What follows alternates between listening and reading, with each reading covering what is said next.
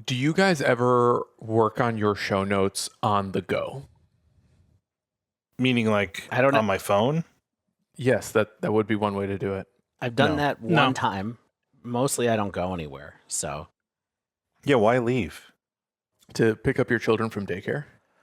So you're walking, you're driving and doing your show notes. Are you like dictating them via Siri? exactly Today- do our show notes have you walking down the a video of you walking down the street going, "What's up?"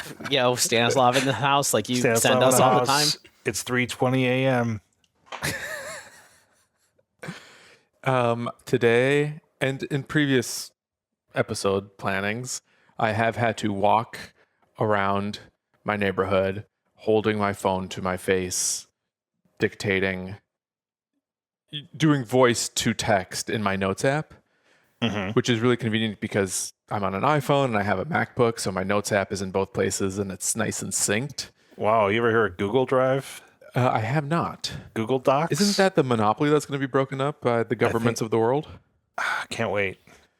I'd just like to share a one sentence excerpt from the notes that I have to port over based on my literal talking to myself about modern Jeskai Control as I organized my thoughts and prepared them for this conversation we're going to have today.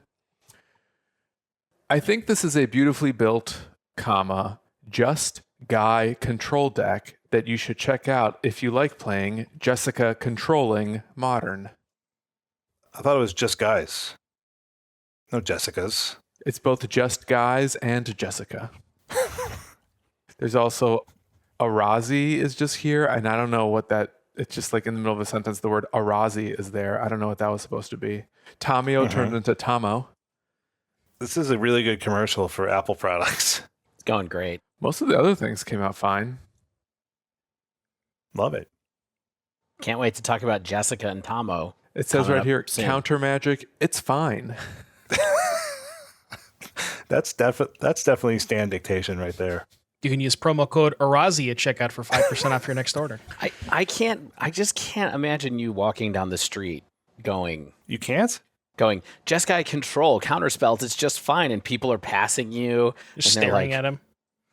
What is that, It's man? less Is he okay? weird than the videos he's recorded for And us. someone yells across the street, "Counterspell is terrible in 2024." And then the notes app picks it up. Yeah. Dave, I'm in the suburbs. I don't walk past people unless they're dog walkers. You think there's people walking around? What color are the squirrels on the streets of Skokie? I'm in Evanston, so I don't know. I don't know what the Skokie squirrels are like, but I can But tell you're from Skokie. You should know what both of these are, and they're next to each other. What are the hometown squirrels like? So in Skokie, most of the squirrels are brown, like a nice nut brown.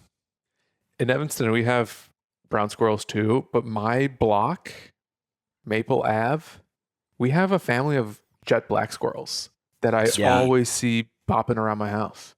There are a few around Oak Park too. Yeah. I There's wonder a if they're college- related. There's a college town in Ohio that's famous for having basically all black squirrels. Kent, Ohio, was I the did not first know place this. I ever saw them. Yeah, there used to be murals of them and stuff like that. Like all the, when they do like the civic sculptures, it's just like black squirrels Yeah. wearing like outfits. Yeah, they're cool.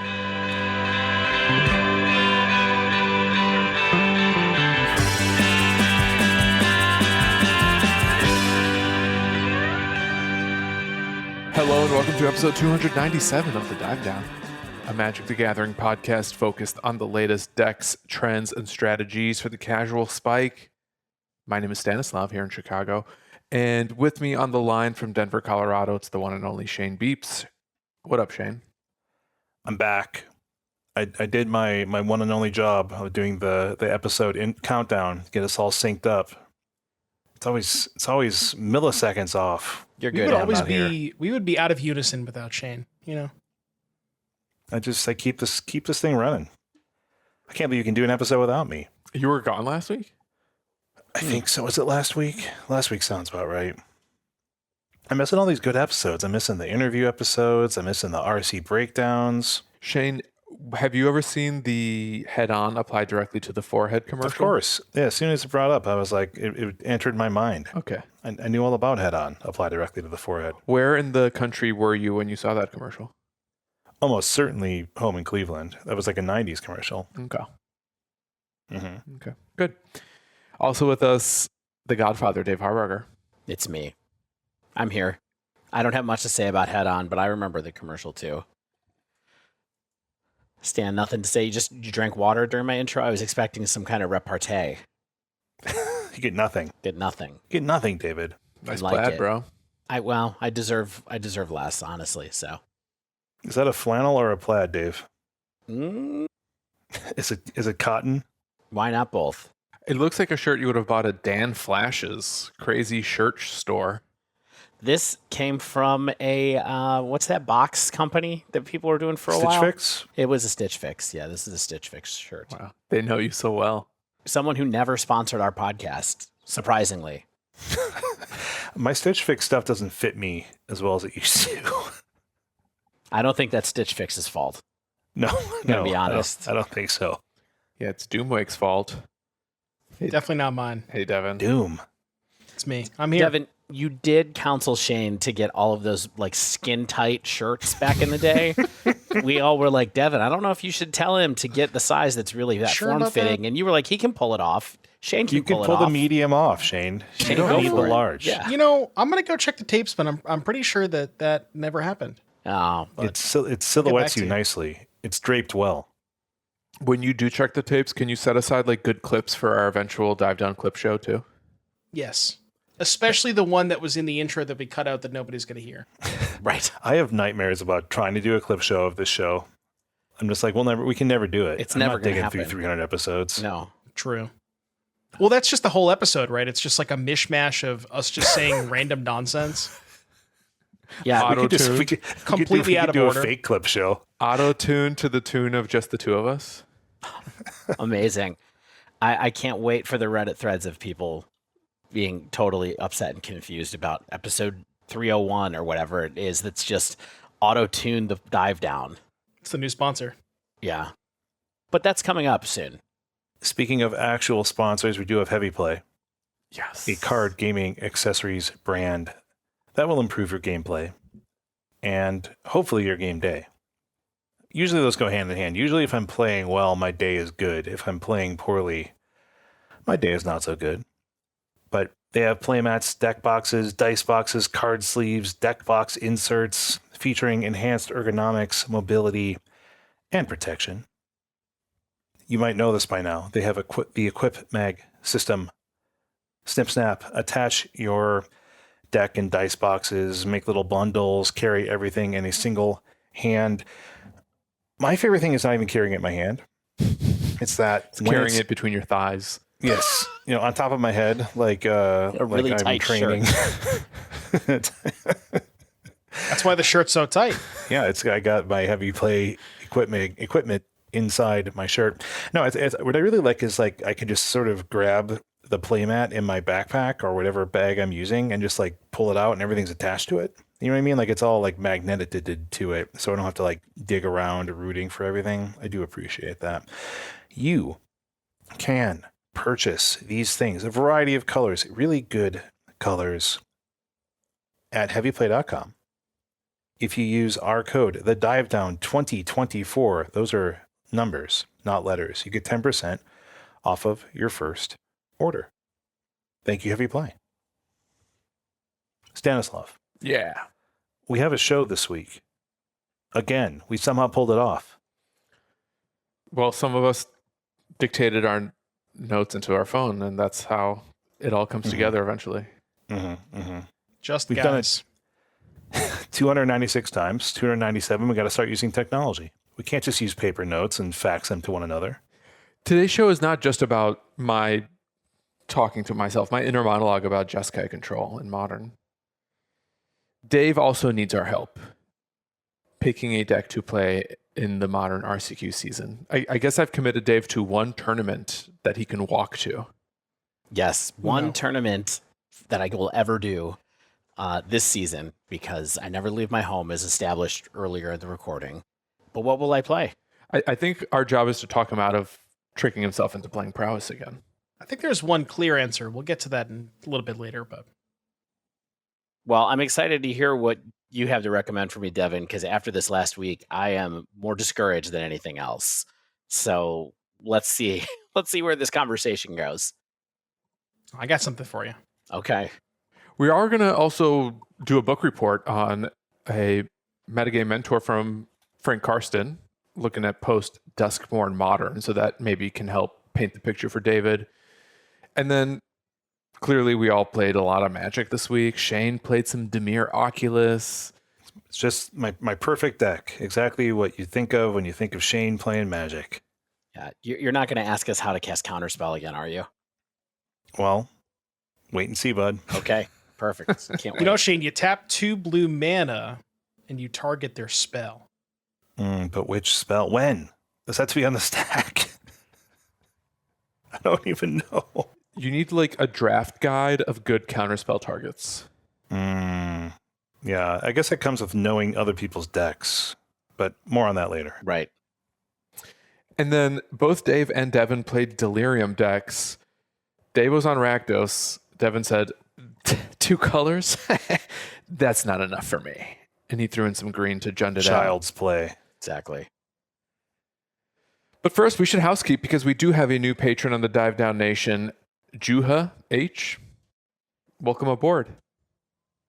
Awooga. We also got an increased tier from Rollins L. Thanks, Rollins. Yeah. Did you guys cover this review? I saw this review. Did Yeah, not and see this review. I feel like the overseas ones are a little lagged on the to be shut down RIP Chartable. Estonia, an Estonian fan.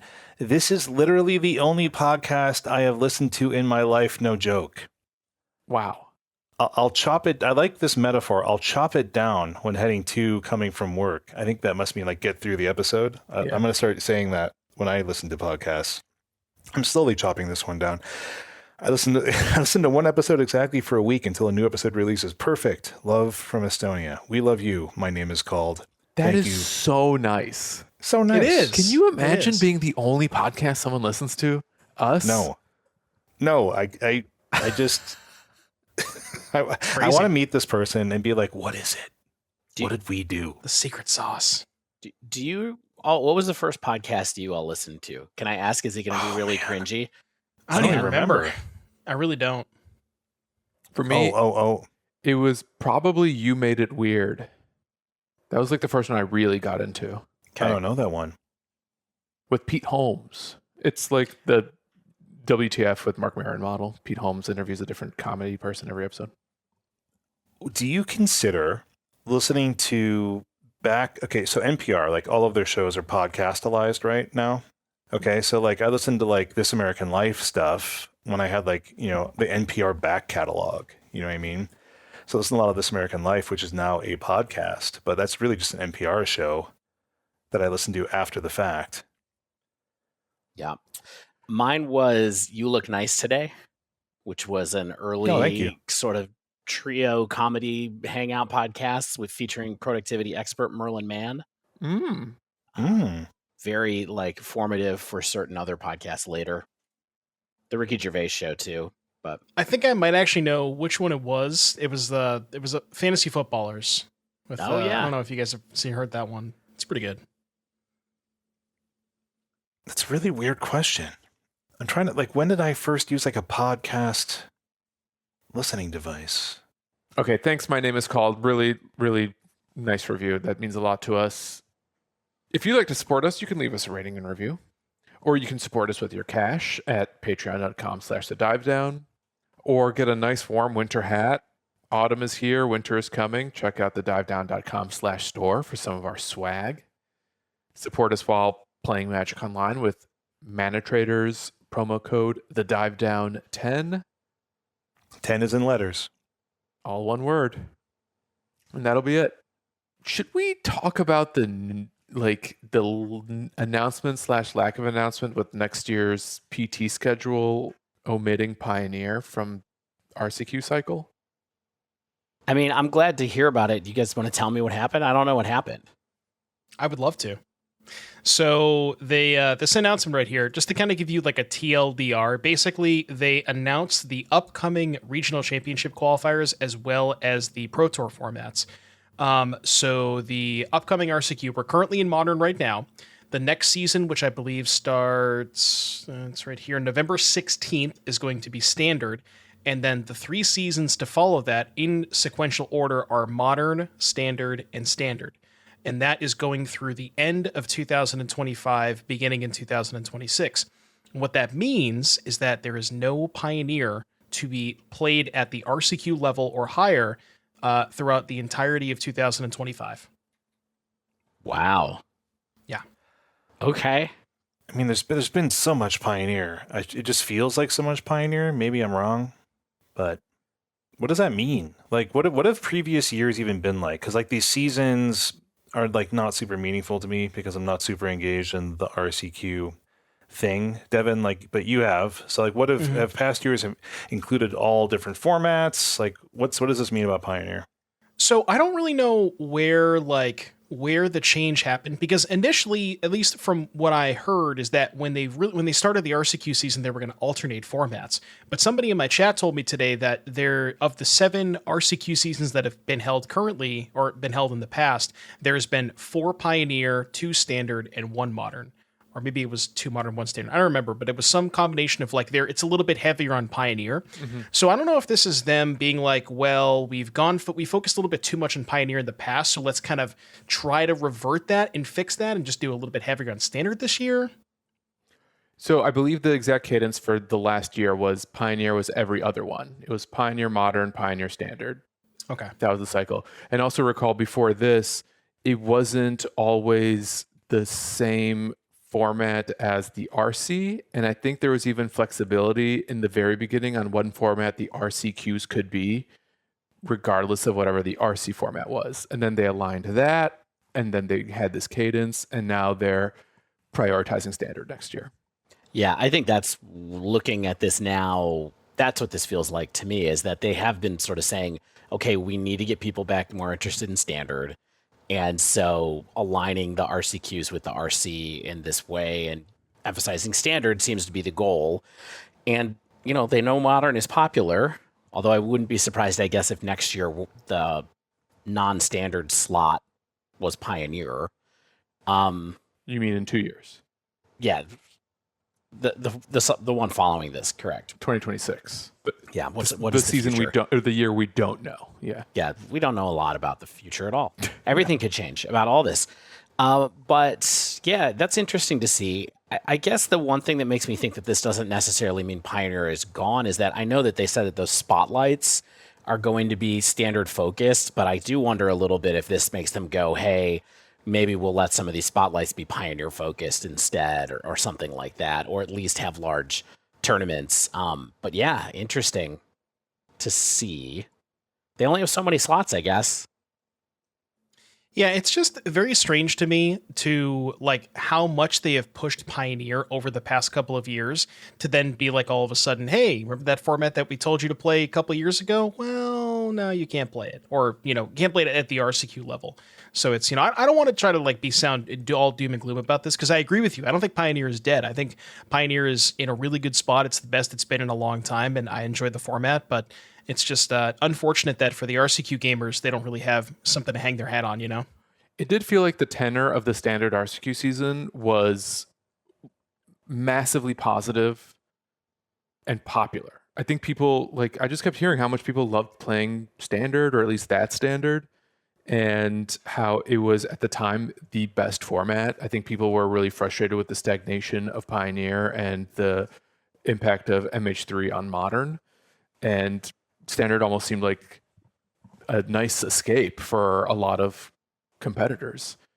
So that, coupled with obviously like a business need to push Standard and push new Standard sets, like it makes sense. It's disappointing because like having a reason to play Pioneer is nice, but if Standard is good and having this reason to play Standard is present, then that's also a win.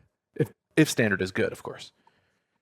When does that new 5-year core set come out? November or month? December. Foundations. Okay, well, I guess this is not even really pushing foundations. This is like Q3 2025. So, I wonder if they have on the hopper. It kind of is, because the next RCQ season is standard, which I believe starts mid-November. So I think the next RCQ season is going to time up just about right around when Foundations comes out.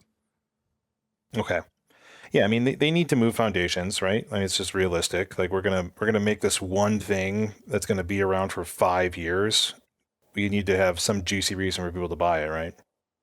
I think they also really believe that standard is the lifeblood of the game. Yeah. Like ultimately, the game maybe financially, maybe competitive play wise, maybe felt a little more robust to them when that was the focus. And so I guess we'll see.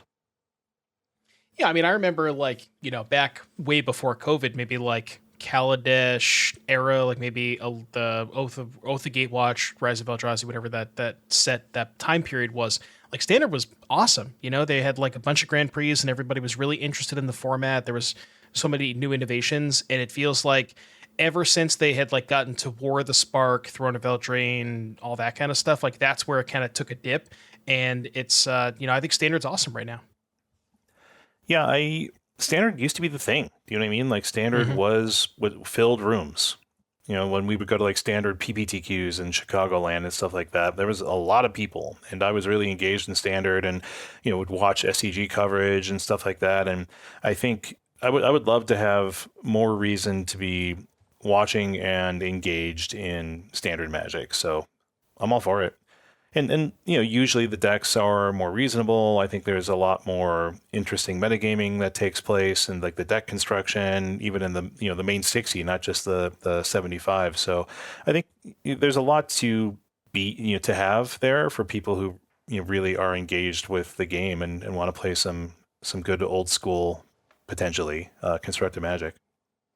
Cool. So excited to see what the future holds. If standard rules, then I'll probably want to play standard more myself. And if I'm playing standard, I will want to talk about standard on the podcast. So we're not committing to being a standard show, but this has always been a show about what we play. And if we play standard, then what dreams may come. Stan's flag is planted. Oh, we'll see about that. 26 episodes on standard next year, or you don't meet quota. I know 2 of you would be okay with that. Alrighty. Should we jump into our book report? Absolutely. Who wrote this? Frank Carson. Sick. Been in our notes. No, I wrote this. I felt like this was a good place to start. It'd been a while since we've heard Dr. Frank Carson talk about Modern. And so, interestingly, this article was published on Channel Fireball, not published on the Magic the Gathering website that a number of the Metagame Mentor episodes had gone on. In fact, this one's not even branded that way, but here's what's going on with Modern, according to Frank right now, at any rate. So if you take a look at the article, like I said, it's on Channel Fireball. Some interesting stuff here. It is not the biggest sample. It's 848 deck lists from Modern tournaments on MTG Melee, primarily from RCQs at SCG Con, Washington, D.C., and then 480 deck lists from Modern Challenges on Magic Online. That is a pretty small number. That is, 1,300 decks, basically. So, medium, half less than the size of the RC that we talked about last week for Pioneer in a single tournament, but it is what it is. Here's the thing. I'm going to go through the overall meta. Frank likes to do these Modern winners meta games where he sort of weights things by meta percentage and win rate, and also removes mirror rates. Or mirror matches. So let's keep all that in mind. But the headline here is, this chart was truly shocking to me, because the first bar on this chart says that 26.2% of the Modern winners metagame is Boros Energy. Oh, right now. wow. 22? 26.2%. 26.2. 26.2. Makes sense. Deck good. Deck good. He also mentions in the article later that Mardu, which is 4.3%, Mardu Energy, is actually performs a little better than Boros overall. It's got a higher win rate than Boros. We'll talk about that maybe in a moment later on. But energy all in these decks, depending on how related you feel like those two archetypes are, is close to 30% of the modern metagame. Discuss. It's too much. That good. Feels like too much. Yeah, that's a lot. I mean, it's to the point where, I think people have said in text that there's really no reason not to play the deck. And I mean, I don't know. I've not played Boros Energy for a number of weeks, right? And I don't know, Stan, you play the deck a good amount. Devon, I don't know if you dipped back into Boros Energy recently, but is that what it feels like to you? Are you just kind of like, nothing hates me out? Like, there's nothing that's like hating me out enough that I want to pivot. Hashtag no bad matchups, baby. I mean, I don't think that's true, but Stan, why don't you give your responses? I think to have a bad matchup, the opponent has to do something really out there. That's the issue. That at the top of the metagame, to have like a good spread across other decks, you kind of resign to probably having a coin flip to weak matchup to energy. And to beat energy specifically, I think it makes you very vulnerable to other decks. Yeah, I understand what you mean by that. We talk about similar scenarios in the rock, paper, scissors metagames of Magic. Frank does have some considerations of what he believes the rock, the scissors, and the paper are at this point in the metagame for what it's worth. So we'll get onto that in a little bit. But I do want to talk about energy for a little bit more. So here's an excerpt from what he said. Overall, Boros Energy holds a 52.4% win rate against the field, excluding mirrors and draws. This suggests it's not only enjoyable to play, but also a solid choice in the current metagame. Little editorializing there, thank you. The other thing that he says is it remains vulnerable to various combo strategies, indicating that the metagame has room to self-correct. Now, this was the sentence that to me was a little bit of an eyebrow raise. Then there's another one right afterwards that I was also kind of like, okay, this is the One Ring, or as we sometimes say, WRT, the One Ring, remains the most played card. It's primarily featured in Boros Energy to gain an edge in the mirror match, which I'm like, okay. If the metagame rationally shifts towards an equilibrium, then we could expect the One Ring's popularity to decline naturally. My good doctor, I cannot agree. I can agree with your data. I don't know if I agree with your conclusion here. What do we? I don't know I'm not about sure what that that means. Yeah. Yeah, Devon, you put it more succinctly than I did for sure. I mean, it's just really odd. Like, I don't disagree with him in terms of like when Boros started playing the One Ring, it was specifically to get an edge in the mirror match. But now, where we're at in the format, it's that okay. Well, now you don't have an edge in the mirror match because all of the other Boros players are also playing the One Ring, so there's no edge to be gained. That's like a weekend of tech or something like that, right? Yeah, and it's like. Now they all the Boros players realize they should just put the One Ring in their deck, so now they're all doing it. So now it's like, I understand. It was me being a little facetious, earlier about no bad matchups, and I think the deck does have some. Like it is like what Frank said, it is sort of weak to linear combo decks like Belcher, maybe Living End, perhaps Storm. Although that one, interaction's a little bit better against Storm, and you can sideboard accordingly. Amulet Titan. Although, I don't know, because if the Boros deck plays 4 main deck Blood Moon, I can't imagine they're that bad against Amulets. So maybe that's like, a specific list kind of thing. It is a 58-42 matchup. Amulet with Amulet in the lead. Yeah, I don't think Boros pretty good. 4 main deck Blood Moon. Like we're playing 1 or 2. No, 4 is kind of maybe 4 in the 75. At the end of the day, maybe. Right. At the end of the day, like you can have a good matchup against Boros, or you can claim to have a good matchup against Boros, but that goes out of the window when they just have turn 1 guy, turn 2 Ocelot, or something like that. When they have their good starts, it's like it's sometimes just impossible to beat those starts. And Boros is like one of the few decks that gets to, well, maybe not one of the few, but one of the decks that gets to do that while like being more consistent. Yeah, I want to get into these. We have a lot of data on win rates from Frank as well. So I think there's a lot to discuss here. Honestly, I think some of these numbers are a little surprising and still decent sample sizes. So Dave, get us through the rest of this metagame. Sure. Get onto that. The only couple of things I was going to talk about in the rest of the metagame is the next deck on the list, its number 2 deck, remember, is Murktide with 8.1%. So that is, Shane's going to talk about what's essentially Murktide, but these lists have not fully coalesced around using Oculus over Murktide or even including Oculus at all. Honestly, a couple of weeks ago when I tried Oculus, there were a lot. Now when I looked at lists the last couple of days from challenges, there's not as many that have Oculus. There's many that don't have it anymore. We can talk about that later. Yeah, I think there's reasons for that. Okay, fair enough. So, but I think these lists are kind of like a lot about Psychic Frog too. But also it has a sub 50% win rate, 49.9%. So it's still Murktide, and it gets crushed by Boros. So you keep saying Murktide. I just want to be abundantly clear. It's the Dimir Frogtide deck. Correct. Yes. Yes. Is it, as in it's not, is it? Is that what you want me to be clear? I almost think I heard you say is it, but maybe I misheard, but you kept saying Murktide after, and that's why I wanted to confirm. It's Dimir. When's the last time you saw it? Is it deck? Mindful. Yeah. I wish it was, is it? Not really. I think this one is more fun to play personally. For what it's worth. Anyway, and then the next couple of decks are really interesting. There's 2 combo decks. Like Frank said, they kind of bracket a 5th deck, but Belcher was next, which is, to me, was very like, okay, 5.8% of the meta is Belcher now. With an 80% win rate in 25 matches, it's an extremely small sample size out of this, but 80%, kind of crushing it. And then Ruby Storm, sub 50% win rate. I don't think we need to talk about that. That has 5.3%. And out of the top 5, the deck sandwiched between those two is Zoo. Holding on, good old Zoo.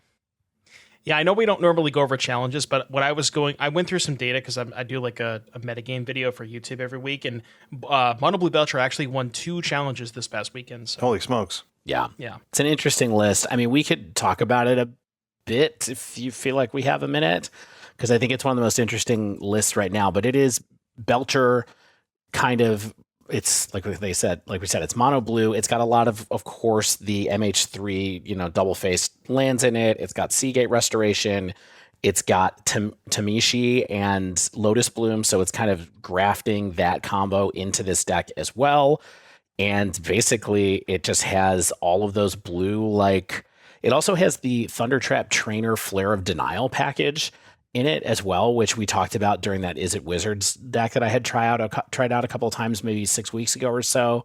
And then it's got a bunch of that interaction that it's on cards. It's, Sink into Stupor, Waterlogged Teachings, all of those kind of things that mostly you're going to play as lands, but occasionally you might cast one of the spells on here as well.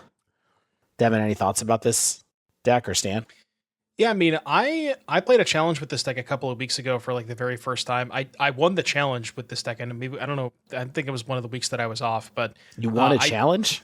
Yeah, with this deck like 2 weeks ago. When did you win a challenge? I didn't even see it. David, Devon just wins challenges sometimes. He's the 4th co-host who sometimes wins challenges. Devon, it's been a while. Can you please, was it when I was camping or something? Could you please stop by? Could you please stop by the Discord and tell me? Yeah, I know. I just kind of assumed you talked about it on the podcast because you guys do challenge. That might have been one of the weeks that I was out. We were talking about Pioneer for a couple weeks. Yeah, that's what it was, maybe.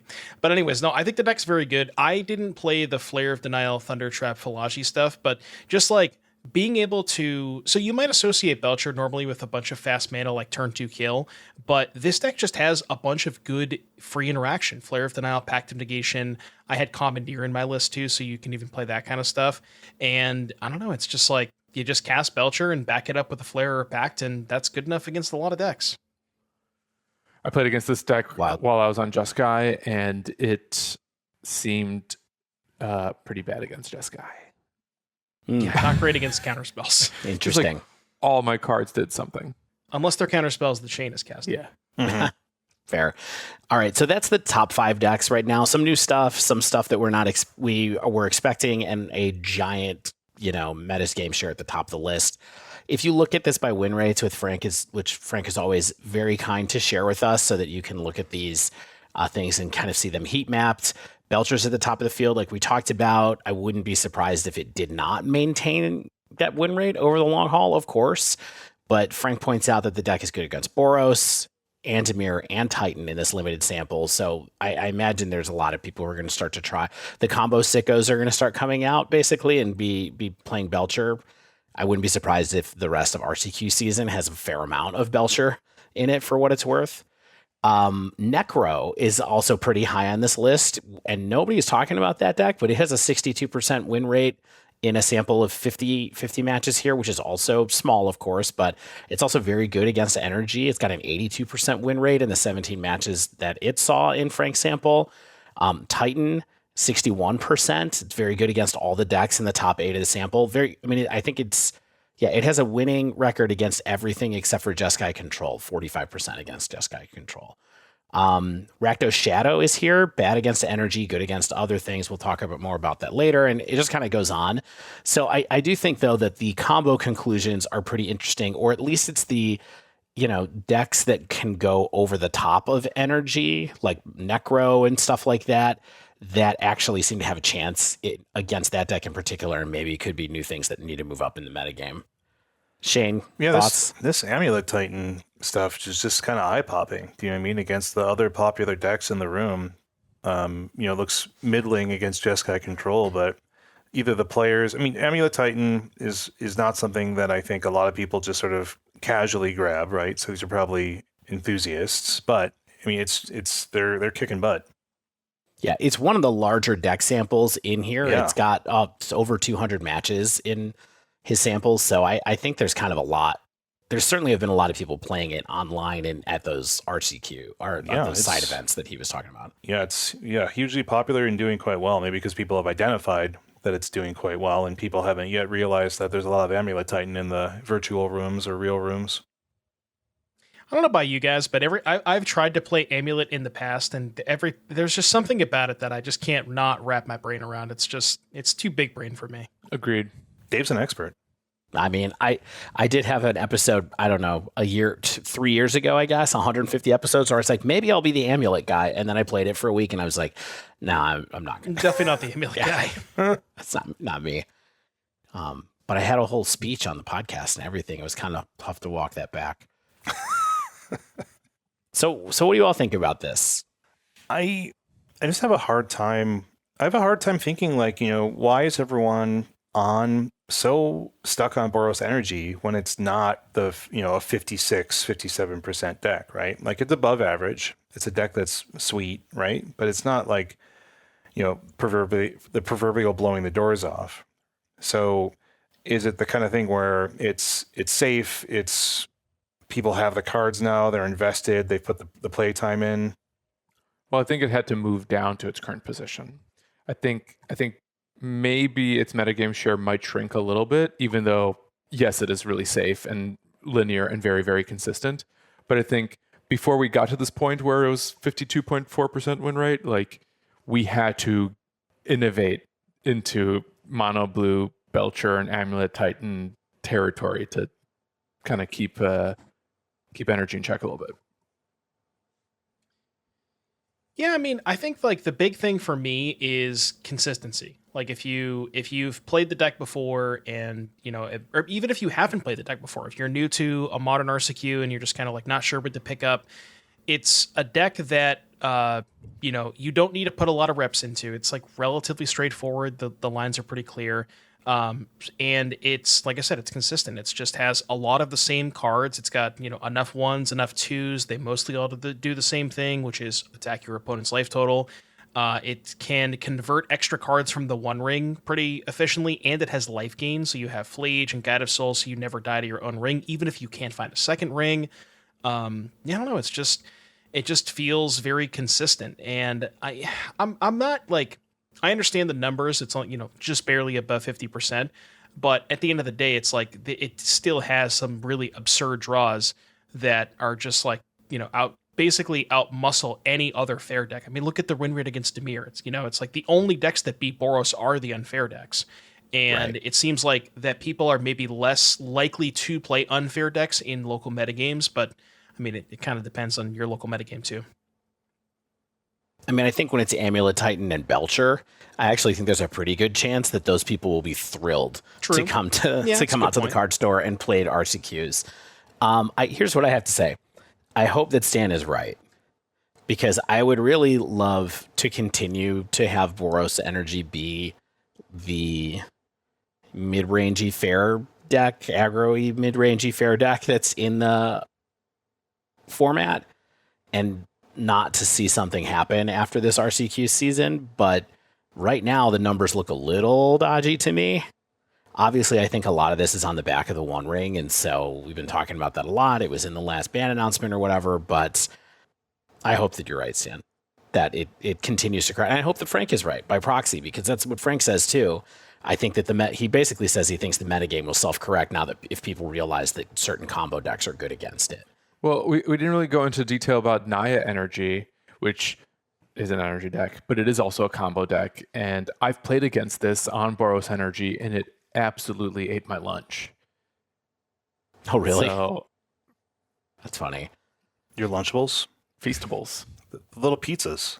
Yeah. And the other thing that we mentioned earlier too about Mardu, like how good Mardew's win rate is against Boros, the black cards are very, very good in the mirror match. I even saw a list that I think it was Dingo was playing, and he copied it from a list that top aided a challenge that had main deck Graveyard Trespasser to be good in the Flage mirrors. So you have like Flage and Bowmasters, both phenomenal cards, or Trespasser and Bowmasters, phenomenal cards in the mirror match. So, there are ways to gain edges in the mirror match, but it seems like I think what those decks lose is the edge against the other combo decks, specifically big mana, because they can't, 3 colors can't play Blood Moon, so it's a little bit of a trade-off there. Yeah. Yeah. Well, let's see if the wheel keeps turning or not, I guess. It's definitely imbalanced right now, at least according to this, again, very small sample of basically a couple of weeks in Modern, but we'll see where it goes next. And that leads us into talking about what we should do for the next time we RCQ, or talk about the decks that we're playing right now. And then at the end, we can talk about that, because we all tried out some different stuff. It's nice to be playing Modern again, right? And Dave, you mentioned Dimir Frogtide, Oculus, whatever we want to call it, recently. Edgar Magalhaes won a face-to-face Modern Open with the deck, but it's, as you mentioned for Frank's article, it's really popular. It's like the second most popular deck on Frank's list, the Goldfish metagame list. It's been placing pretty well lately, and people are clearly wanting to play this deck. And this is not my usual style, right? It has cantrips and counter magic. I don't really even know how to cast counter magic. I say that like I don't know how to cast an instant counter spell. Of course I do. What I mean when I say that is it's really important to know when to use your pieces of interaction, right? And I think decks like these can be won or lost with how you use these types of things, but that's so many different cards. That's like a Thoughtseize or a piece of board interaction. So bear with me as I struggled through playing some Dimir Frogtide. This deck is also, though, really in my wheelhouse of synergy driven with some graveyard shenanigans, a strong mid-range plan, I think, rather than some sort of planeswalker take over the end game thing. So I wanted to give it a spin, see how it played, talk to you all about it. I'm sure you've played with or against it at some point in the recent past. The deck I used was from Kane Daily. They got an 8th place at the SCG Con Modern 5K the weekend before last. It looks pretty similar to most of the other lists I've been looking at. It has the usual playset: Psychic Frog, Orcish Bowmasters, Abhorrent Oculus, a couple of Murktide, a Harbinger of the Sea, which is a card I want to talk about. A bunch of interaction, cantrips, blah, blah, blah, Fatal Push, Counterspell, Consider, Thought Scour, Force of Negation, Spell Snare, for Unearth, of course. So, as you mentioned a couple weeks ago, Dave, I think what this deck is really just trying to do is play control / mid-range and then stick an Oculus or a Murktide and ride that to victory. And unfortunately, perhaps, is that's really it. You keep the board clear with your Fatal Pushes, your counter spells that, counter the spells that matter, cantrip to fill your graveyard, find those useful cards, the usual stuff there. Mm-hmm. Love it. It's a beautiful deck. A+. it's a well-made deck in order to take advantage, I think, of a few key cards in the deck, and the most key card in the deck is a Born Oculus, which is really good. And I think I think we said it looked like an interesting and good card in our spoiler episodes, but it plays in this deck. It plays better than I think it can in other strategies. Is it crazy to say that this card is perhaps better than Murktide Regent? Well, I think there's a lot of pros to this card. Like, it's a 5/5 flyer for 2 and a blue. Yeah. That's pretty good. I mean, yeah, exactly. It's Grave Titan. It gives you 7 power immediately, basically, unless they kill it during your turn, which is a pro for sure. Mm-hmm. I think I did not like the list where there were no Murktides. I tried both with 2 Murktides and without, and I think it's better to have the extra threats. Yeah, I think you have to for a variety of reasons that I want to get in here, right? However, having flipping, you can't really flip a Murktide with an Oculus, which is a real bummer. But it stinks to flip a Murktide anyway. Yeah. Like, it's Flip like a second man. Oculus though. Oh yeah. Oh, that's hot. Oh man, that's the juice. Like, you do have to have 6 cards to exile away to cast this thing for 2 and a blue. But then if you get it out, it's pretty good, like on its lonesome, right? Like, you're manifesting dread on your opponent's upkeep. That's pretty ridiculous. It gets you chump blockers or just more sheer damage onto the board.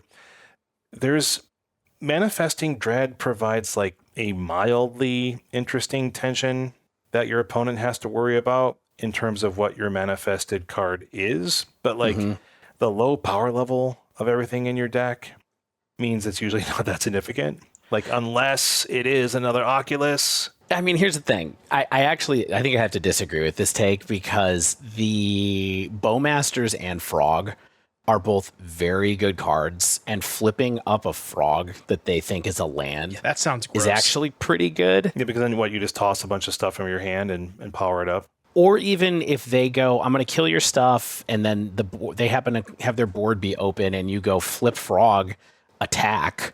They're like, oh my god, you're drawing a card. Then if you manage to sneak in and attack with your Frog with the Exile 3 clause is very powerful, just to like value get in and get an extra card draw off of it. Okay, and that's actually, valuable. I think manifesting into Bowmasters is also very good. Now, I know Bowmasters already has Flash, but the fact that you can still do your Bowmaster thing with this, add instant speed after you manifest dread it, is also pretty good. Do you get the enters trigger? I did not unmanifest. I don't think you do, right? No, but you do. But you get the other trigger. Yes. So if you do it in response to a draw, you get that. Okay, got it. And manifesting is also uncounterable, so they can't even do anything about it. Yeah, that's the cool thing about manifest doesn't use the stack, or unmanifesting or unmorphing, wherever the heck that's actually called, flipping over the card. I mean, and as you guys mentioned, like, another Oculus is like by far the best manifest dread hit you could hope for, because you flip it for 2 and a blue. You avoid the exile tax that you're paying on the casting cost. You get another 5/5 flyer for 2 and a blue. That's also manifesting dread on your opponent's upkeep again. So that is the runner that you're hoping for. I will say that the exile tax and the casting cost can be annoying. Like, I think I think a lot of other decks that like kind of want a graveyard but can survive without one. Like, I think traditional Murktide is one of the decks where you're like not really gonna bring in graveyard hate. I think like I mean, you do, and it doesn't necessarily set them back too much sometimes. But like when opponents played, or like Phoenix or something like that, right, where it's like on the bubble of like graveyard hate hurts, but it's not like lights out. I felt like graveyard hate against me, even like one-time use stuff like Soul Guide Lantern or Nihil Spellbomb, was so cost effective and useful for my opponent in setting me back on like the primary game plan of this deck, that like it felt quite good against me. And yeah, I mean, the big thing that's good in the Oculus versus Murktide thing, I think, as far as being someone who played Murktide a few times, not a huge amount of times in the is it configurations and where we are now is just the fact that Oculus lets you get rid of lands in a way that's okay, where you are very disincentivized to do that with Murktide is actually one thing that kind of puts some pluses in its column. But yeah, I agree with you that it's a real thing. And when you have a draw that's like double Oculus and no Frog, no Unearth, it can be a drag. So there's all kinds of, there definitely is stuff there. And, you know, I actually think there are a lot of decks right now that Graveyard Hate is very good against. And I think people are starting to wake up to it. And I think, I suspect Devon and I will be talking about that in a moment as well. But yes, I want to speak to that a little bit later too. The other thing to think about too is that if you're comparing specifically Oculus and Murktide, and you probably understand this more, Dave, is like when you're playing Murktide, the second Murktide, like especially if if you draw it early on, it can be like really hard to cast. But as you mentioned, Oculus kind of fuel each other. So the first Oculus will actually be able to let you cast the second one more effectively, and in a way that like the second Murktide didn't quite do that. Yeah, I think I just said, for what it's worth, that 2 Oculus was kind of bad, but you're right. Once you get 1 online, you're getting an extra card in the. I kind of forgot that you get an extra card off of Manifest Dread into the graveyard over and over again. Mm-hmm. So it does ramp you to be able to cast the second one. You're right. But I definitely had instances where an Oculus was stranded in my hand due to these kind of issues, right? And it of course turns off 4 cards in your deck. Like it makes Unearth pretty dang useless, and that's not uncommon with decks like this, but in the total package of the deck, it's just another con in the list against like what Oculus is trying to do here. But the Unearth plan does work really well because the actual printed mana value is 3, and so Unearth can bring it back from the graveyard, whether it died of natural causes, got there through one of your many Surveil abilities on your lands, or Consider, or Thought Scour Mill, or you pitched it to Psychic Frog, and so or this you is Manifest Dread it into your graveyard. Yeah, good point. It's just a really efficient way to get this card onto the board, and I think this gets me back to talking about the way I think this deck is constructed, and like what's good and bad about it, to me at least, is like when I first was playing with it, I did like 3 matches and I was winning with it, and I was like, this is sweet. Like it has good synergies. It doesn't feel like a pile of cards. I think I said to you all in our Discord chat. And the problem though is that synergy decks have to line up in order to be powerful. And when they don't, or your opponent is attacking your synergies, the deck sure does feel like a pile of cards and not amazing cards, because like the individual power level of most of these cards is pretty low. Like besides Oculus and Murktide, like all of your creatures are these pretty low statted utility pieces. And like you've got a few counter spells and fatal pushes, but your spells are largely built around driving this graveyard engine. And so when you're not able to get to an Oculus or even like a Murktide, you're just really buying time. And like, sure, like, things like Psychic Frog, like you said, Dave, like that's pretty cool. Like you can toss cards to it to make it bigger. You can draw cards with it if you're getting in. But like, there's not a lot of stuff that I want to be tossing just for kicks, like maybe extra lands. But I did find that this deck could take advantage of like end game lands where it's like, well, maybe I want more mana, like in case I need to hard cast or like, flip over a Murktide. That's not really that essential. You're going from a 2/2 to a 3/3. Yeah. But that's kind of like where I was with it. It was like, that's the big issue for me, is that it reminded me of playing something like an old like Orzhov or like Esper Reanimator deck, like in like the MH2 or even like last year, right? Like, and I'm not really sure how this deck is that different from those.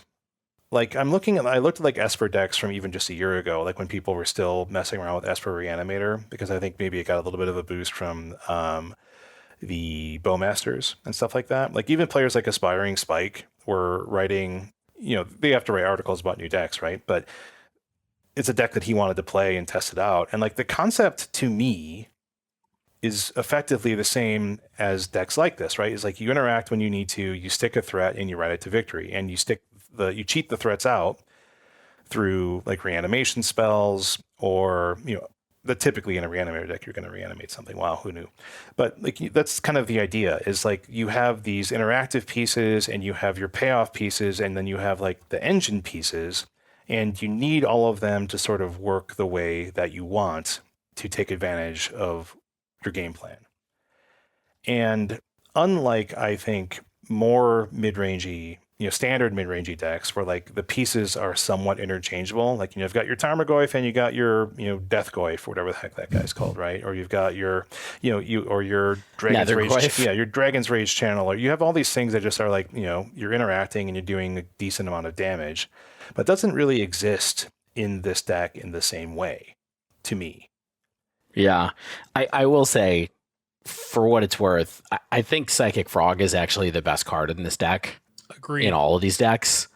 And so I think that the true nature of these decks is, hey, Oculus is a great, like, hard threat. When you get the plan, you get the plan. But you're really playing, like, this is the best Ophidian that's ever been printed. This is a frog deck. Right? Right. So these are frog decks, I think, more so. And I would emphasize, like, if you were going to try this again, or the next time I play this deck, I'm going to be trying to get good at maximizing value out of the frog and the boards when I have the frog, or the starts where I am hard on frog. Yeah. Because what you're doing with certain aspects of this is Drago. Not Drago. Oh, I guess it was the original Drago deck was Ophidian, right? Like where it was like, we're going to counter something, then I'm going to hit you with Ophidian for 1, and I'm going to draw a card. And then I'm going to do that again. And I'm going to try to neutralize what you're doing and just kind of chip away. And then, like you said, then you get that threat later. But the engine that makes that work, it's not just the removal, it's Psychic Frog in these decks, personally. But I guess to me, in terms of if it's built around Frog, or if you think Frog's the best card in the deck, then I'm not sure that this is the best Frog deck. Because it's designed, I think, in a lot of ways to try to be an Oculus deck. Right? Yeah, well, it's a mix. I mean, well, for what it's worth, I think there's a chance that Goryo's, like, actual Esper Reanimator right now, Goryo's Vengeance is the best frog deck, is certainly possible. That's another deck that is very much more the, like, I have a Traxa, I'm going to use frog to discard it, then I'm going to Goryo's Vengeance it and play and ephemerate it, which is like, that's like a lot of pieces kind of in on that.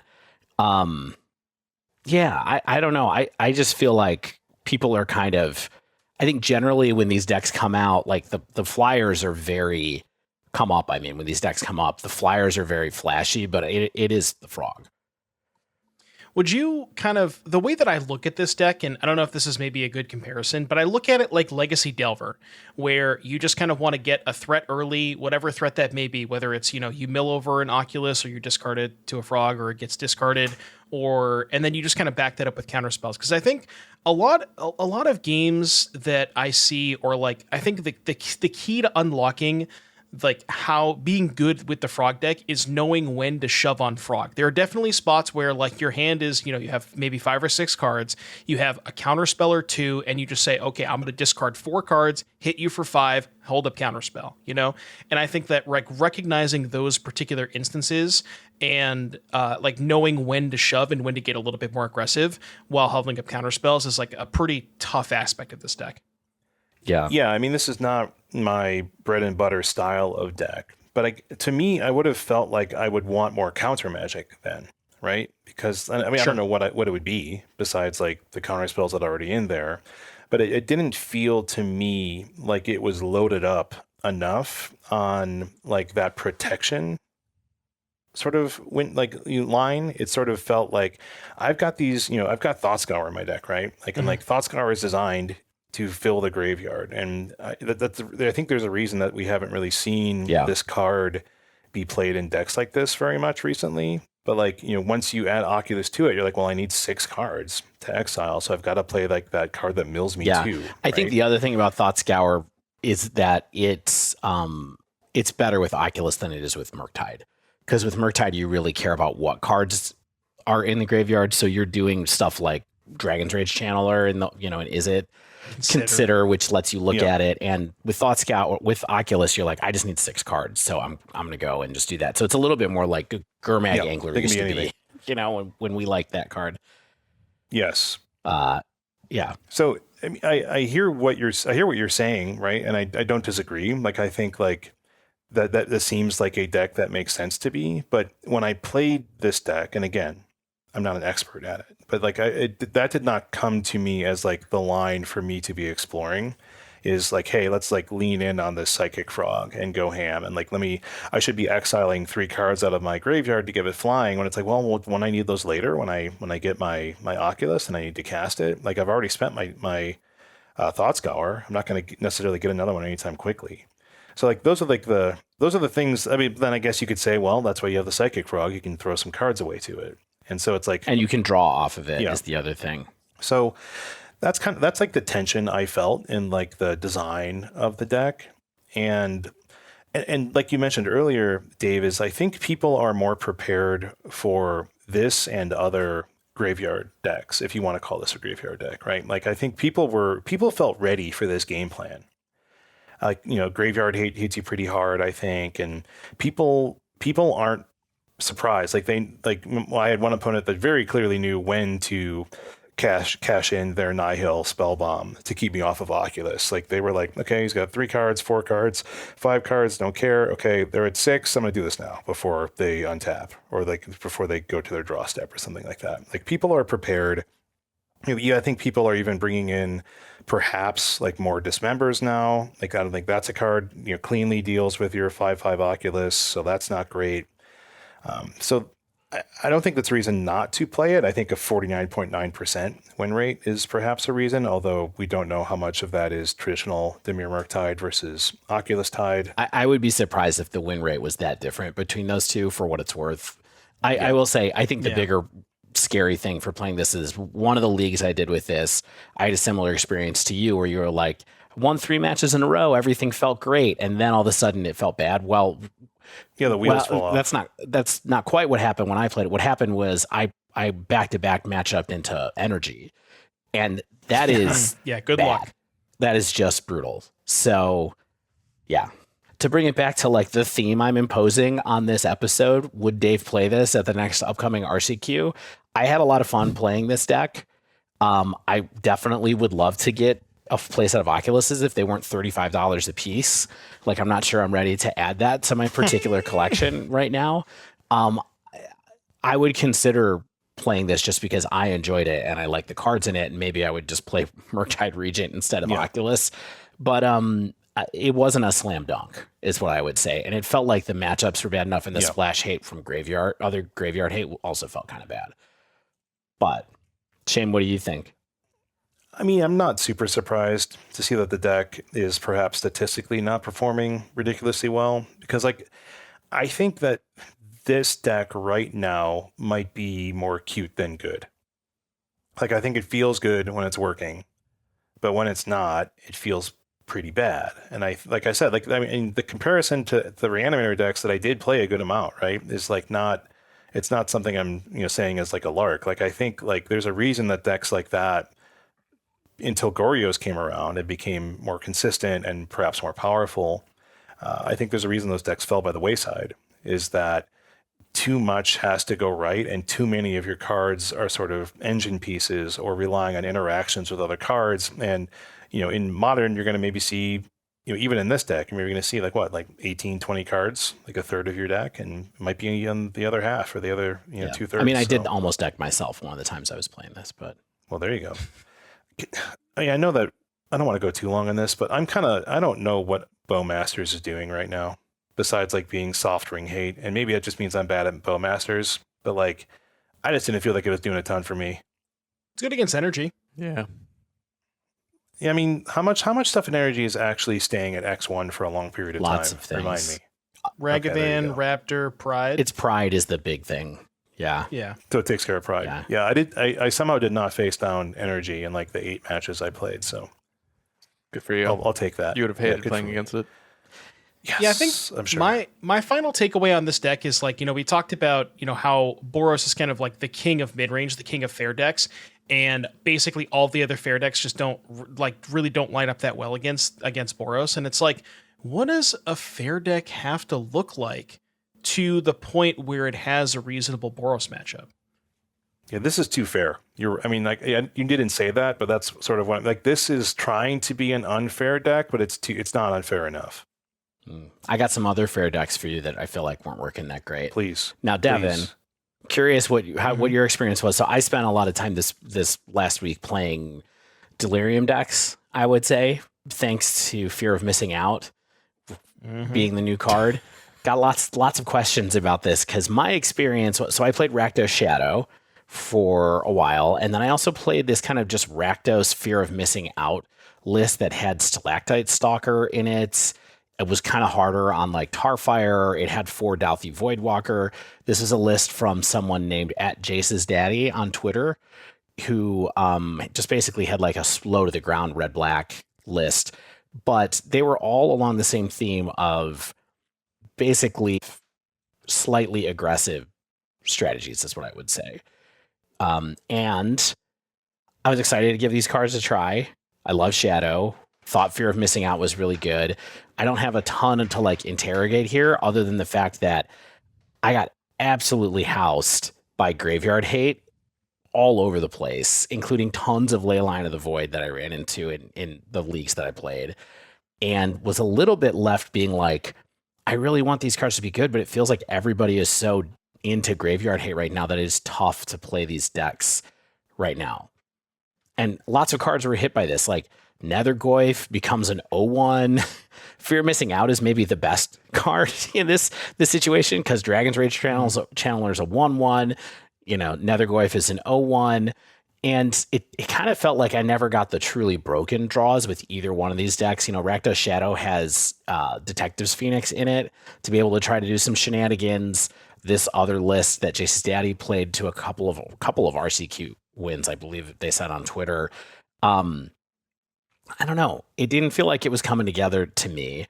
And it didn't feel like there was enough kind of opportunities for 2-for-1s. It didn't feel like Thoughtseize was all that great at the moment in this particular shell to me. But I don't know, maybe I was just on tilt. Devon, have you looked at this list? And I know that you played Jund Delirium. Yeah, I haven't seen the Rakdos one specifically. I will say from my experience, the green cards were kind of busted, like the reason to be playing the Delirium stuff, like Rumble and Flytrap. Okay. So I haven't really had a ton of experience with the black-red stuff. I would say that, like, I think the issue is maybe not necessarily like the deck itself per se, but maybe it's the issue of, like, just as we talked about earlier, just maybe being a little bit too fair. Like, you're not really going over the top. I guess you kind of are with Phoenix Shadow, but Shadow is a little suspicious against stuff like Static Prison. But I guess if you can like one-shot them with Shadow Phoenix, then maybe it's interesting. But I don't know. I haven't tried this list specifically now. I think that I also agree, though, that I would call Shadow too fair. I think so. These days. Like, it doesn't feel like there's enough kind of like, you can't get your life total down fast enough. You die. Sometimes if you don't manage it right, you die too fast. Like, there isn't that setup time, really. And the card, honestly, that really threw me here was like, I just felt like Fear of Missing Out was very mid in all the situations that I had it in these decks. Devon is dying when I say that, because I never really was able to maneuver into a situation where I was attacking with Shadow twice in a turn or attacking with Shadow with Phoenix on it twice in a turn. And I even, the one league I did with Shadow, I actually, I got a couple of wins, but they were just like from playing a Shadow game plan. It wasn't really just like breaking through or doing anything super crazy with them. So I don't know. I was pretty into these shells when I saw the list, but they didn't really make it happen for me. But I think I'm Fear of Missing Out wrong. So what do you think I'm doing? Is there something I could be doing wrong with Fear of Missing Out? Fear of missing out. Well, I mean, it's not necessarily like, I wouldn't necessarily put it on the card Fear of Missing Out, because I had some very, very good experiences with Jund. Now, as you mentioned, you talked about Thoughtseize. I had Thoughtseize in the first list that I played, and I was also not a very big fan of it.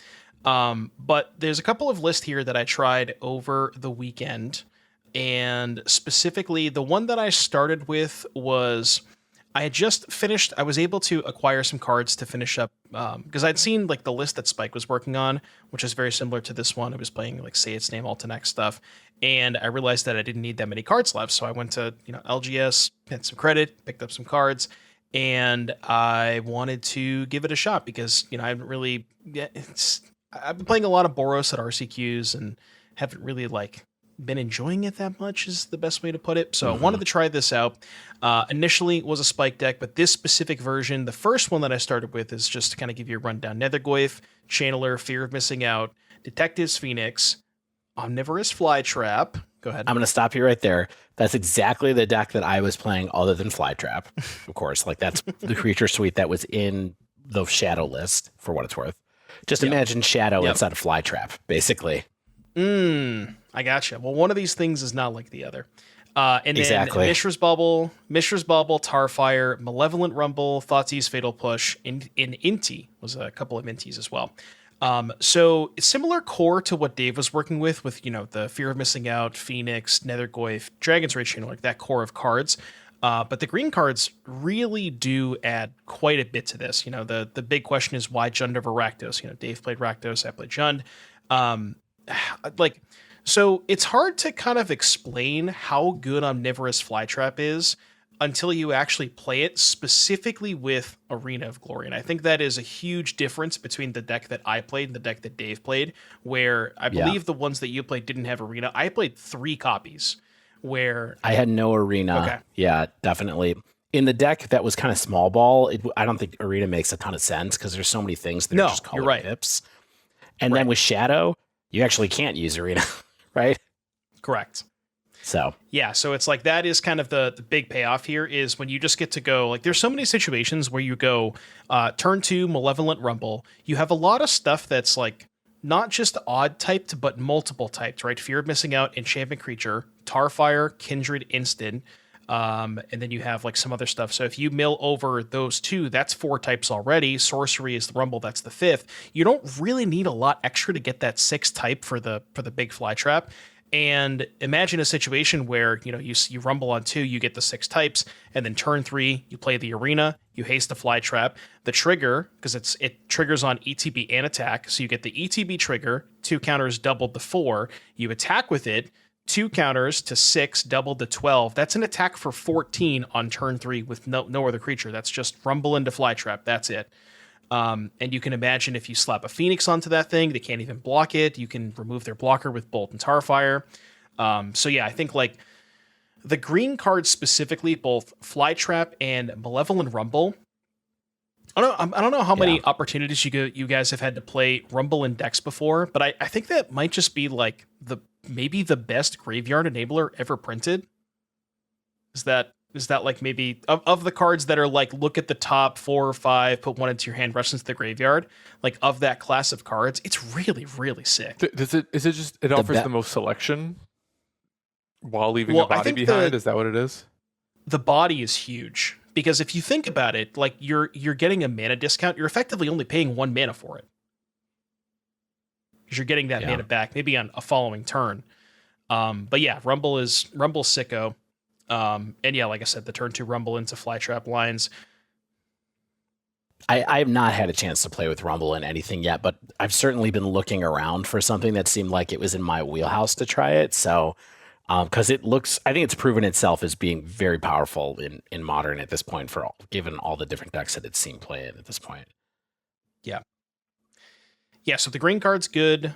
We talked a little bit about Arena of Glory. Also, Arena of Glory with Fear of Missing Out, giving that thing haste if you already have Delirium. Pretty sicko, because you get to, attack with it immediately. And I think that the other thing that, David mentioned, he wasn't, he wasn't impressed with the deck he played. I think that when you're adding stuff obviously, when you're adding stuff like Malevolent Rumble and Say Its Name, you're getting Delirium more often. So that's going to make the cards like Fear of Missing Out just feel a little bit more powerful because you're just doing the thing way more often.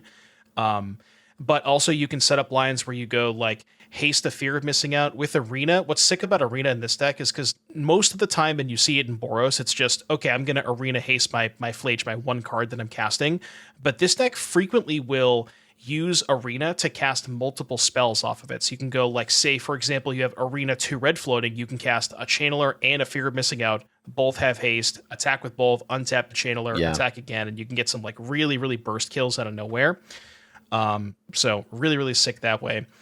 As, sort of as David mentioned, I kind of didn't like the Fatal Push Thoughtseize stuff because the list that I played, the big changes from what Spike was playing was -4 Say Its Name, -3 Bolt, -1 Altanac for 3 Thoughtseize, 3 Inti, and 2 Fatal Push.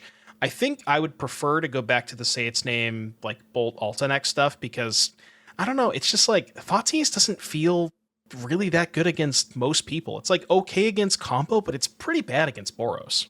Feels like such an absurd thing to say right now that maybe in Modern Thoughtseize is actually much better as a sideboard card right now. So you bring it in where you really want to, where you really know that you feel confident you can use it. I don't know, but that was my impression of playing over the last week or so. It's like, wow, every time I tried to Thoughtseize somebody on turn 1, it was like I didn't really put a dent in anything that they were doing. I think especially if we look at a format where Boros Energy is the most popular and best deck, like Thoughtseize is actually just bad against them. Yeah. But if we see an influx in combo strategies or combo and or control, like Thoughtseize stock improves significantly. Yeah, for sure. Yeah, so I ended up playing an RCQ with that version, ended up going 4-2, lost a Living End in Storm, which, kind of makes sense. I think the deck's maybe a little weak to combo, and then I beat all the other, I beat Boros twice, Jeskai, and then this weird, Ban Primal Prayers combo deck. But after the event, I wanted to try the Spike version, played that through a league, still feel like it was missing something, so I decided to try a version where I cut the Say Its Names and... I cut the 20th land and the 1 Altanac, and I tried a version with 4 Street Wraith and 2 Oliphant. The reason for that is because I felt, and maybe you can attest to this too, Dave, because you played with Phoenix. I felt like in a lot of spots, I just didn't have enough material to exile to get back to Phoenix. Yeah. So I wanted some more expensive cards like the Street Wraiths and the Oliphants. Yeah, I think Street Wraith is a huge part of getting Phoenix to work, and so I do like kind of upping that part of the package too.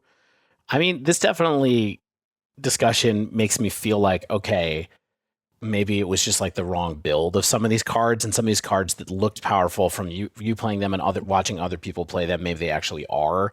And it's just, I should try this version or something in this neighborhood instead and see how I feel about it. Cause, I would love to be able to play a kind of aggressive Delirium style deck based on a couple of new cards coming up. Yeah, no, I think I like this version a little bit. I think that, I'm going to be spending some more time on this one for sure. It's playing a lot of cards that I enjoy casting. I love Flytrap. I love Fear of Missing Out. Duskmourn, shout out to Duskmourn, by the way. Fantastic step. But yeah, I don't know. I'll definitely spend some time on it. I like it. It's kind of a banger. And I don't know. That's all I got. It's a good deck. All right. So that's our Delirium thinking combined somehow. The mind meld in real time. As we discussed, I played the medium to bad ones, or the ones that I had not a great experience with, and Devon is still enthusiastic after his tour. The Force. Yeah. Stan, you went a totally different direction. Yes. And I want to be cognizant of the time, so I'm going to go through every single individual counterspell in great detail one by one. Perfect. Mm-hmm. Perfect. Is that cool? Yeah, I'm into it. So I played a deck list that I actually first saw on Twitter, posted by 2 of our friends, Young Dingo, and retweeted by George Jabur. And Dingo had basically called this deck Flex Slot Jeskai, named after Team Flex Slot, which of course George manages to promote the namesake sideboarding website, flexslot.gg. This is just Jeskai Control. There's nothing new Duskmourn about this deck. And this is truly in the spirit of Jeskai is very popular in Modern. How does this deck evolve as the format evolves? Because I think something that we've acknowledged repeatedly in this episode is the format has been changing largely in part of the role of energy and to some extent maybe the impact that energy has on individual card choices beyond deck choices. I think I actually hinted to this in the pre-roll, and I'll just repeat it again. I think this deck is beautifully built, and that's why it's a successful Jeskai Control deck this week or this month. And what I'm going to try to convey is that if you are a control player, you should look at this approach to the deck based on where we are in Modern right now.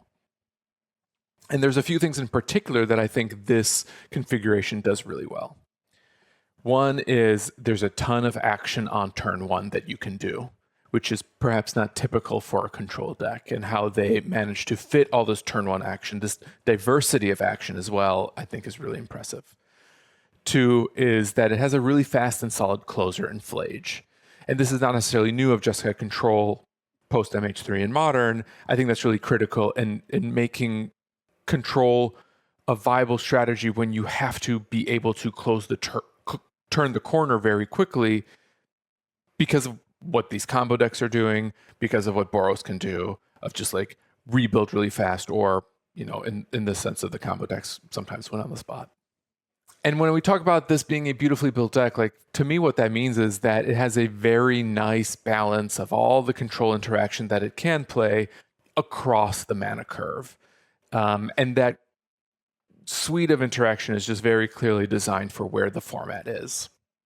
So, you know, like, I'm not saying this deck is going to fall apart if you decide to fudge the numbers on, you know, a prismatic ending or a spell snare, but without overthinking these individual card choices, the big picture here is that a well-assembled deck built around a nice spread of cards that respects the direction in which Modern has evolved over the summer and into the autumn. And maybe the most indicative decision that went into the backbone of this deck and how it shaped its interaction suite is that it's cut all the energy cards. It completely eschews the energy package. You're not playing Wrath of the Skies. You're back on Supreme Verdict. You're not playing Galvanic Discharge. It's Prismatic Ending and Leyline Binding. And since you're not playing those energy cards, you're also cutting Tune the Narrative as well to play Tamiyo in its space, essentially. And by cutting these energy cards, you're instead opting for the Domain package, which is lands that enable Wooburg, so you can play Leyline Binding, and then likewise you have Prismatic Ending there too. Kind of an interesting choice in how the lands are shaped here is that to get Wooburg, you can't do it with a Triome and a Shockland, which is, you know, what maybe like older Rhino decks or other Domain-ish decks are capable of doing. To get Wooburg on turn 2 at least, you actually just need both Triomes out, and it runs 2. Rafine's Tower and Ketchia's Triome. And rather here, I think the fetch lands are actually, or the land package, especially the selection of shocks and surveil lands, is actually more about escaping Flage as consistently and reliably as possible. Just because that's really critical to the game plan. And this deck ultimately hinges on Flage to win. Yeah, I mean, I think that makes a ton of sense. It's like, hey, we love Leyline Binding, and it's great, but it doesn't have to be 1 mana, but Flage really needs to be ready to go with as few lands as possible. So I think that it's a great thing to think about here, and also kind of shapes the way that you can approach when you're playing this list is keep in mind, you know, you're not paying you're not getting full discount on Binding, and that's okay. Yes. In fact, you're frequently playing Binding for 2, just because like you can only afford to get 1 Triome, and then you're stuck on shocks and surveil lands. Yeah, the other issue too is when you're playing with 4 counter spells, if you wanted to play a blue Triome and a non-blue Shockland, then your non-blue Shockland would not be able to cast Counterspell, and you already have some number of lands that can't do that. So, really good point that I hadn't even considered. Also, I guess, I don't know, are you going to get into some specific cards? Because I have not, none of us have talked about playing Tamiyo. I'm literally about to. Okay, let's talk about it. Let's talk about it, because I'm trying to follow along in your notes. Let's talk about it. Yeah. So, you know, my setup for Tamiyo here is that one of the features of this deck is the amount of action you have on turn 1 that can either be impactful or actually just allow you to build a plan and set yourself up for future turns where this deck really shines. So some games you could play Tamiyo or a Prismatic Ending if you're on the draw. You can play a Surveil land if opponent isn't doing anything, or a Triome if you have access to that, and or like a Binding in hand that you want to start setting up. And frequently, because part of your action is being able to fetch towards these really good cards, you actually have a choice between which path you want to take based on the texture of the game, especially in those early turns. Tamiyo, though. I had a lot of thoughts and feelings while playing Tamiyo that I wanted to try to convey thoughtfully and eloquently and conversationally.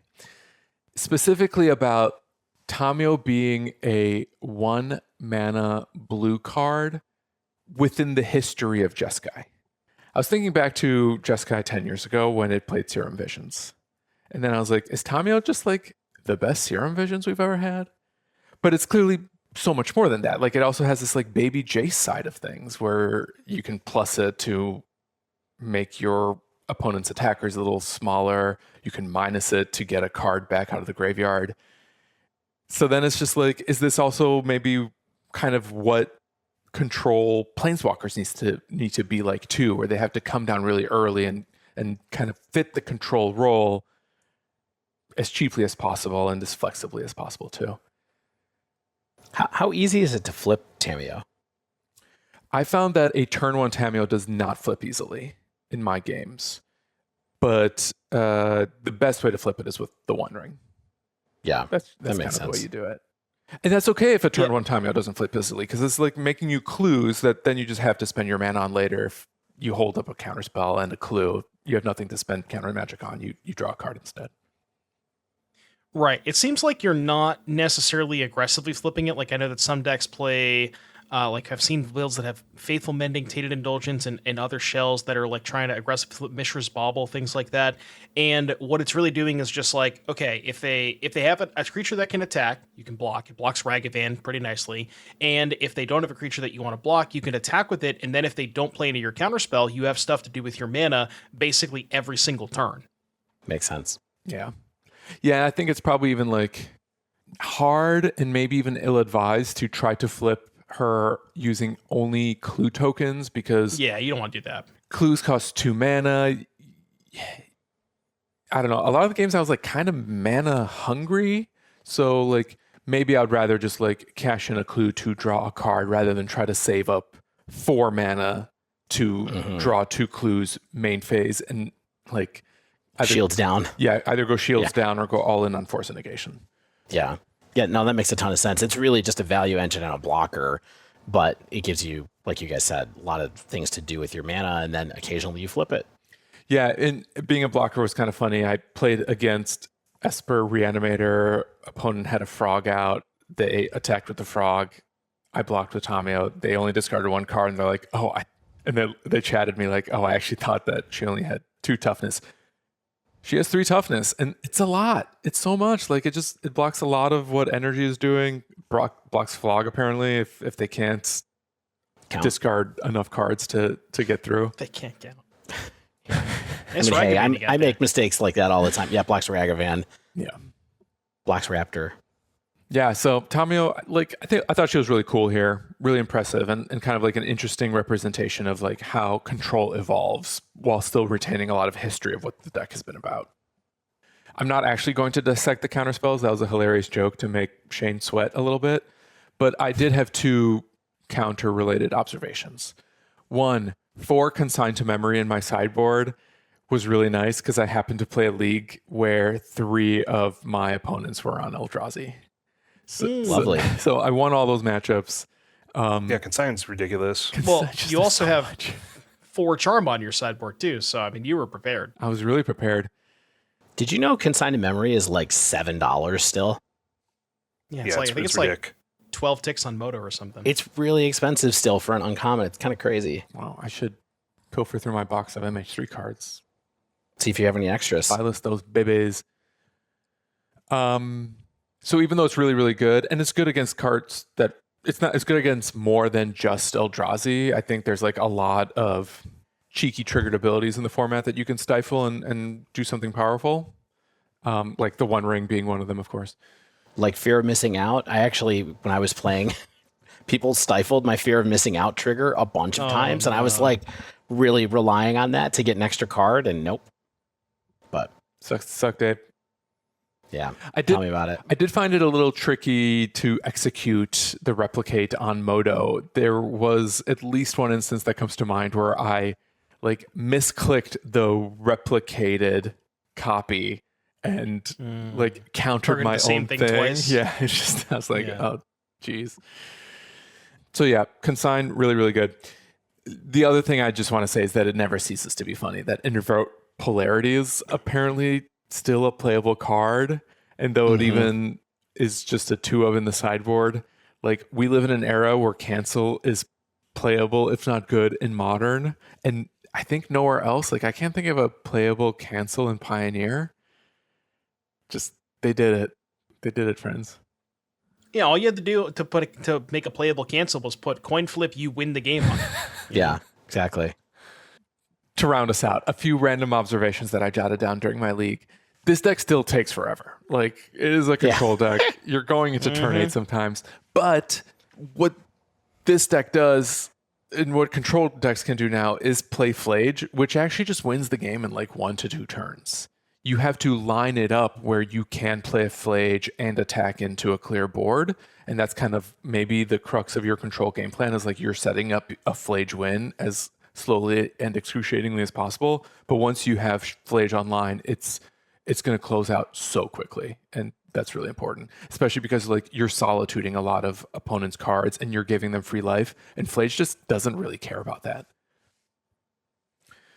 I played against Goryo's, as I mentioned.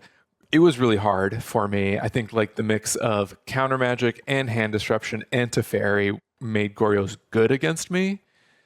But like the thing I learned just in a vacuum was this Goryo's opponent was playing main deck Orum's Chant. They told me, I pointed out to them or I asked about it, and they mentioned that they put it in over Grief. And it just made me feel like I was playing Orum's Chant all wrong all along in Energy, because they were kind of running it very proactively as like a main deck Veil of Summer, where they would play the Orum's Chant to prevent you from interacting with whatever you're going to do or whatever they were going to do thereafter. Silence, kind of. And yeah, and like maybe that was always obvious. I always just assumed Orum's Chant was just like a way to shut down Storm decks, but it's so much more than that, and I think that's awesome. And then an anecdote about all of my Eldrazi opponents. It was all Rumble Eldrazi decks. So maybe that's relevant here. Every single one of them mind-slavered me with Emrakul, and none of those mind-slavers won them the game. Like, there was one mind-slaver where in response, I essentially like emptied my hand, and then they like literally could do nothing against me except like waste a fetch land that was ultimately meaningless too. And it just made me wonder, like, is Mindslaver bad? or is my deck suited against it? It's like the thing is, because you're playing Supreme Verdict, if they Mindslaver you and you have a Verdict, what are they going to do? Yes. They either cast it and then their Emrakul dies, or they don't cast it and you cast it and their Emrakul dies. So, yeah. So, Dave, like, I know I currently have 3 out of your 4 copies of the One Ring, but if you need them back and you want to play Jeskai again, I can probably find some One Rings elsewhere, because I don't know if this deck is for you, but this deck, it felt great. Like, I'm just not going to dither about it any further. If you like playing control, I think this is a really great way to approach it in Jeskai colors, and you want to play counter spells. And I mean, here's the thing about this. I have all these cards, except for 2 Obsidian Charmaws. And so it's definitely a little bit attractive. I might own 6 Charmaws, dude. I opened so many Charmaws in MH2. It was bad. But now it's good. I mean, there's always a chance that I ask you for my rings back just so I can play Energy too. I have that deck too. But all right, just give me a week's notice. Why don't you make some phone calls after this and see if it's even possible? Because I care about your success more than mine. So I would like to make sure you have access to rings. Martin, if you're listening, ring me, dog. So yeah, Modern is good. Control is great. Yeah, I had fun. I wish this deck was faster, but it's a control deck, so I got what I signed up for. You know what? My last thing is unnoted is I did play against Mono Blue Belcher, and it was a cakewalk. Like, I think I mentioned this while we were talking about Belcher earlier, but it's just all of my cards were good against them. You're like, no problem. Yeah. Yeah, I played in the challenge that I won. I played against Jeskai. That was my one loss was Jeskai, and I just got obliterated. Mm-hmm. Wasn't even close. All right, well, where are we at? So we talked about everybody's decks. I feel like I could play any of these decks. Just Just play Boros, though. Like, come on. You should just play Boros. Just play Come on. Boros. Start practicing with Boros because it's not easy. Final thoughts? I don't know if you guys have helped me pick, although you did just tell me to both play Boros. You should play Boros. Maybe I'm just playing Boros. All right, Devon. I'm gonna think about it. But it's down for me. I'm gonna tell you, it's down for me. It's definitely between Jeskai Control, Jund Delirium, and Boros. So there's 3 decks. Yeah. The tricky thing with Boros is you will miss triggers. There's 30 of them, and you have to sequence them correctly and maximize them to get like every point of damage in. Yeah. And remember to make tokens, and then remember to tick up your life total and energy count every time you make more tokens. And then you have Goblin Bombardment there to like get an extra points of damage. There's just so much to track. We'll have a separate call about it. The one trigger I always forget is Static Prison, so put a die on top of your deck. Yeah, good point. All right. With that in mind, put a die on top of your podcast device because that wraps up this week's show. If you haven't yet, make sure you subscribe to our podcast. Get the latest episodes as soon as they come out. And if you use Apple Podcasts, please leave us a rating and review. If you'd like to submit a question to the podcast or just reach out in general, you can tweet us at The Dive Down or email thedivedown@gmail.com. You can support our show on Patreon at patreon.com/thedivedown. You can buy our swag at thedivedown.com/store. You can also support us through our sponsors, heavyplay.com. Check out their deck and dice boxes and playmats and sleeves and other accessories. Promo code TheDiveDown2024 gets you 10% off your first order at heavyplay.com. ManaTraders.com also sponsors the show, and if you use promo code TheDiveDown10, all one word, all letters, it'll get you 10% off your first 2 months of renting Magic Online cards. Only a month left in RCQ season, so hurry up and get some cards at Nerd Rage with promo code DIVE8 for 8% off your order. We don't get a kickback, you just get a discount. Special thanks to the bands Nowhere and Spaceblood for letting us use their music. And until next week, get out there and help Dave choose a deck.